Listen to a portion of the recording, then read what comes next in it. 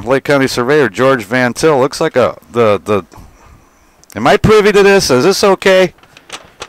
We got a copy of this. I don't know who it was sent to. All interested parties. So hey, that includes me. That's me, right there.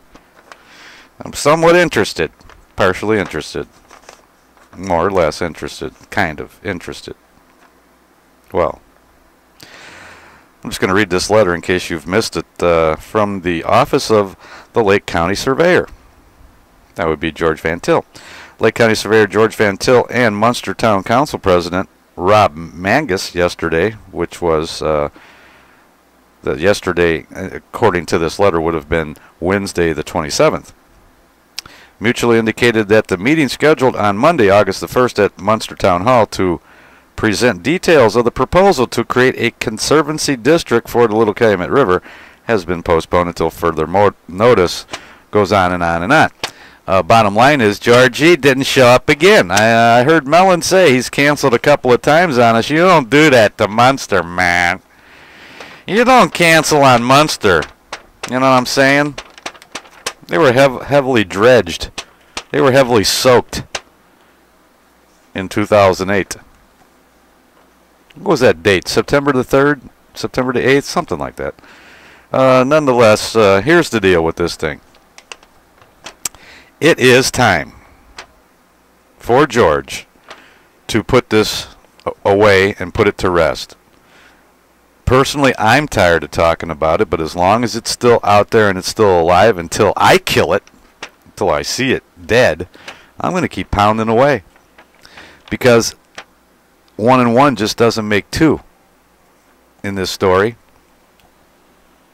The Van Dermott plan, which it is, regardless of the left-handed sidestep that Mayor Tom McDermott did to distance himself from the Van Dermott plan. It is.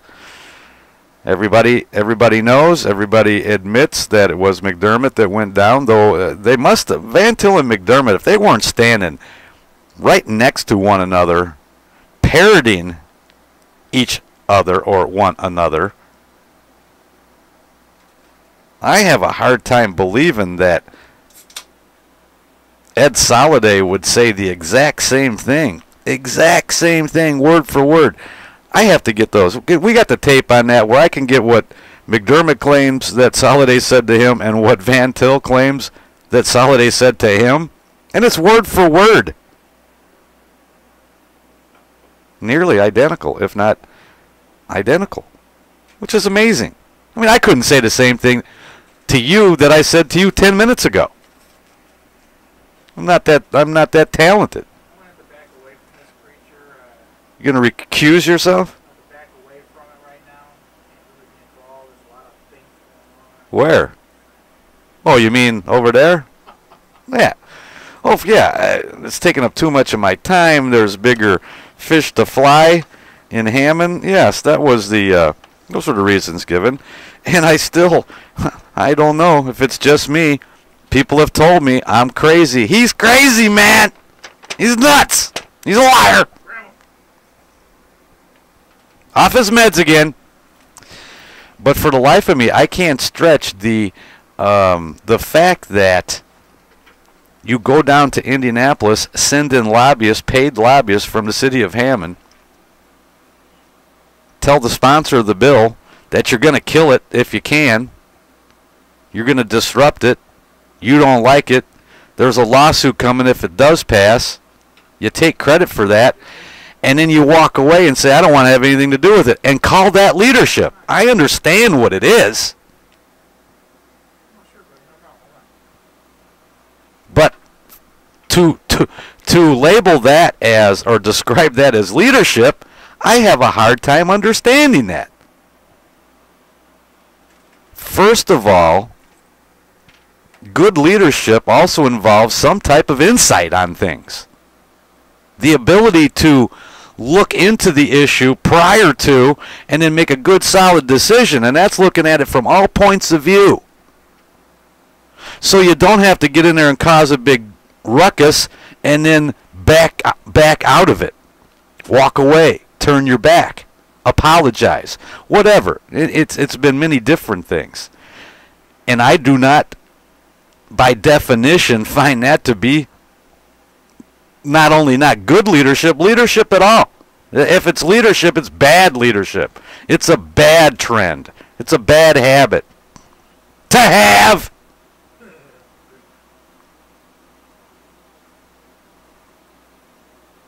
The fifth largest city in the state of Indiana, and you don't look at the issue from all different angles and then try to at least guess where this might take you before you get involved in it, and then make an intelligent decision on whether or not to move forward.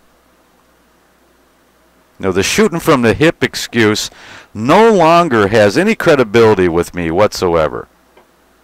Doc Holliday shot from the hip, but he hit a few targets along the way. Who's been holding on longest? Mike's on line one. Must be him. Hello, Mike. Welcome to the program.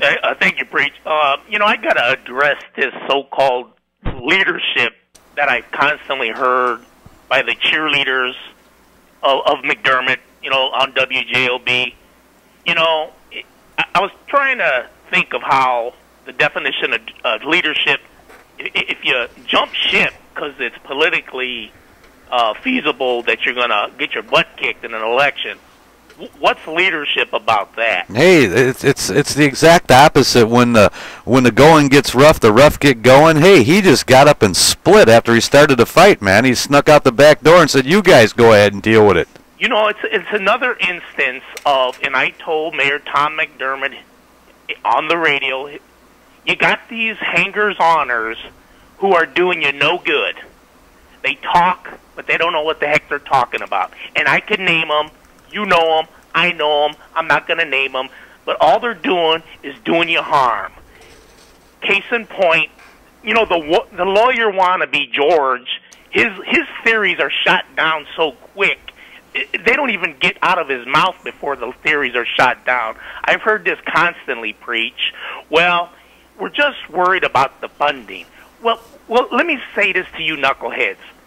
If you're going to get shot down by a theory, don't bring that theory up. Wait a second. They're worried about the very funding that they destroyed. Correct. So the funding would have been in the hands of the commission on July the 1st, as I understand it. Had these guys just sat pat and maybe gone directly to the commission and asked what I would have asked for if I was the Van Dermott plan or had anything to say about it, was a little more representation. And if that's all you want, hey, we'll give it to you, because they're not paying the guys anyway.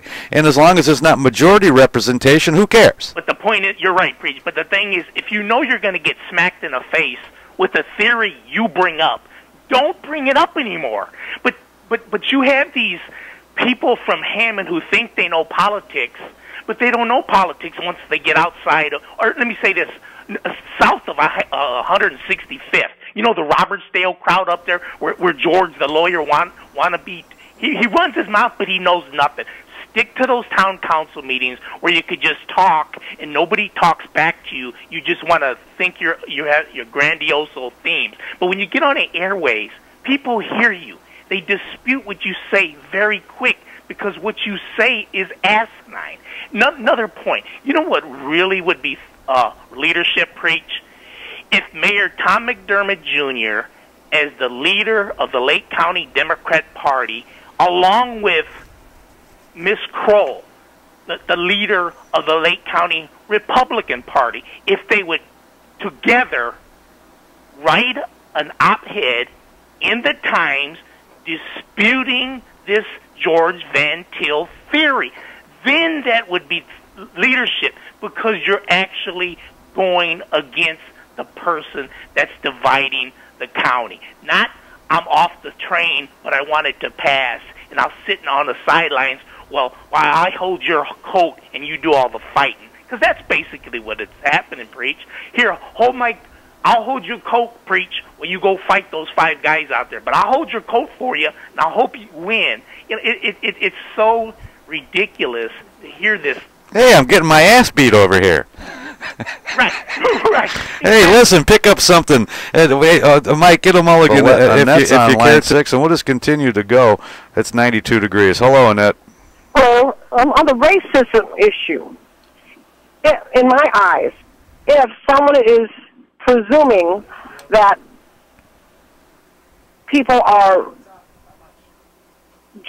anytime someone judges someone by the color of their skin, even when they throw out, "You're doing this, that makes you a racist," the person of color who's accusing the person, a white person, a Caucasian, if they're presuming that our motivation is because we're white, doesn't that make them a racist?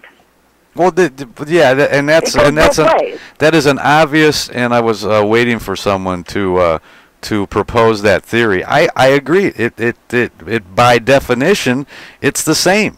Mm-hmm. But I don't know that because the white majority is not allowed to be the victim of racism. That's why you very rarely see hate crimes against white people, regardless of who might be perpetrating the crime. You just don't see the charge of a hate crime very often when it's a white person. You just don't. And your guess is as good as mine as why that is. I know that it's messed up. It doesn't make sense to me. But we're to the point where everybody's afraid, and it's not just the city of Gary. People are very cautious about criticizing the office of the president for the very same reason. Exactly. And it's time we stop tiptoeing around and skirting the issue. You know, there's a song from a musical called Avenue Q, and the song is "Everyone's a Little Bit Racist." And you know, we are. And it's a human thing, you know. And where it's coming from. We didn't create racism in the United States of America, man. Racism goes. And we don't have a corner on the market. No, we don't. Thanks, Annette. Tri-Town Jen, hang in there. I know I'm accused, and thank you so much for calling. New callers to the Region Underground, which is a great thing. Always leading edge right here. I am accused, and in some cases rightfully so, that I tend to give my opinion. I'm not trying to steer anyone anywhere. I personally, I'm not going to change the world, nor do I want to change the world. It is what it is. But at the same time, you have to tell it like it is. You can't be afraid to criticize the obvious political power play that George Van Til pulled off in the city of Gary, and be afraid to question it and call him out on it and expose it for what it is, in the fear that somebody's going to call you a racist. I'm just not afraid. You can call me anything you want. Prove it. I'm about as fair-minded as anybody that I know. You could call me and say, preacher's beating up on my guy again. How dare him? I hate him. All he does is beat up on my guy or my gal. Well, hey, for the most part, when you're talking county politics, it's not your guy any more than it's my guy. What makes him more your guy than mine? These people are supposed to be representing all of us, whether we are Republican, Democrat, Independent, or what? Nothing. Cartoon characters. I am a cartoon character. We'll get to that in a little bit later in the program. Bottom line is, your guy is not your guy. Your guy is just as much my guy, and it's actually arrogant and pompous and ridiculous for people to think that's my guy. You can't touch my guy. You can't criticize my guy. You're just out of your mind. Tri-Town Jen's on line 3. Hello, Jen. I preach. Welcome to the program. Thanks for having me. Here's my question. George Van Til has been our Lake County surveyor for how many years? I don't know, 100, 150? Who knows? We'll go with 150. So my question is this. If this Conservancy District was such a great idea, and the original Little Calumet River Basin Commission, as it stood prior to its reformation after the severe floods of '08, if it was such a brilliant idea, why wasn't the idea presented back when they knew clear, good, and well that we didn't have funding for the O&M? Why did it take this massive flood and this huge transition which was a good one in my opinion, to the new folks that are serving on the Little Kelg River Basin Commission. I think he's going to blame it on NIPSCO. Years and years and years ago. He'll blame it on NIPSCO that the rates are so high that he hasn't been turning the light bulb on in his head for, what, 25 years, 30 years, whatever the case may be. It's a legitimate question that I asked several weeks ago. Why all of a sudden this is the new brainchild? Because when you look at the obvious, and I think you could answer your own question. You go ahead and do it. Answer your own question. Why do you think George Van Til decided to wait until now for the light bulb to go off? Well, here's my bigger point on the whole issue is he clearly has said before the floods, or I should say after, because he wasn't, I'll say, readily accessible or available during or following them, immediately following that event, that his office is not responsible for the Little Calumet River at all, and they're not. He's not in that office responsible, quote, responsible for it. It's not part of what their office covers. There was no leadership on this thing. We, in fact, Didlo and I both were sitting on our hands acknowledging the fact that there's going to be a lot of blame to go around for this thing, but now is not the time to do it. Now, I don't remember if Jed was as vehement as I was pointing the finger at any number of people for the lack of leadership during that crisis, but there was clearly a lack of leadership during the flood of '08. There was nobody to turn to, nobody leading. It was just the same thing, Jen, that happens all the time in Lake County because of the fiefdoms. McDermott saves Hammond, Mellon and Baker and those guys got toasted in Munster, but Hammond doesn't care because we saved Hammond. McDermott saved Hammond. Hobart got it bad. Lake Station got it bad. Gary got it bad. Other places were able to escape with little or no damage. But there wasn't anyone who could rally the troops, much less George Van Til, who was the invisible man as far as I was concerned. And I agree, he was invisible, but yet clearly has some sort of relationship with the folks who were on that band because they're employed in his office now. So he had to have some idea, even though the office as surveyor isn't responsible for it. My speculation is that he was still very well aware that it was underfunded, there was no O&M mechanism in place, and that the job obviously wasn't being done or near completion as it should have been. You know, as you said, the pyramids were built sooner.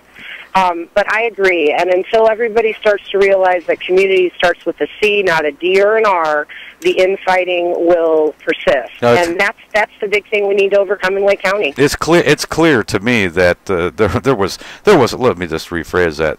Clearly there was and is a relationship between the former director Dan Gardner and the surveyor George Van Til. Clearly.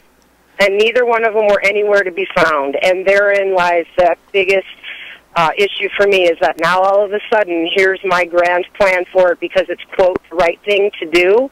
Well, no, the right thing should have been to have it done and had a plan in place years and years ago. We are always reactive in Lake County instead of proactive, unable to think outside of the box. And the Conservancy District is simply something Lake County folks don't want to see happen, and I agree, he needs to let it go. 10-4, thanks so much. Tri-Town Jen, I'm going to take a short break. It's the same problem in Lake County. Issue after issue after issue. Everybody wants to protect their own little fiefdoms. That's it in a nutshell.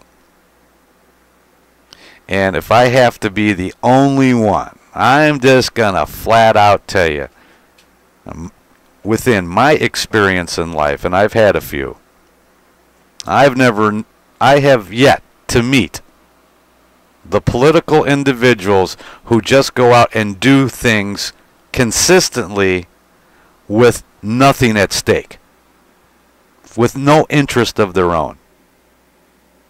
That's just not what drives the world. It's not what drives human beings. That's what separates us from the animals.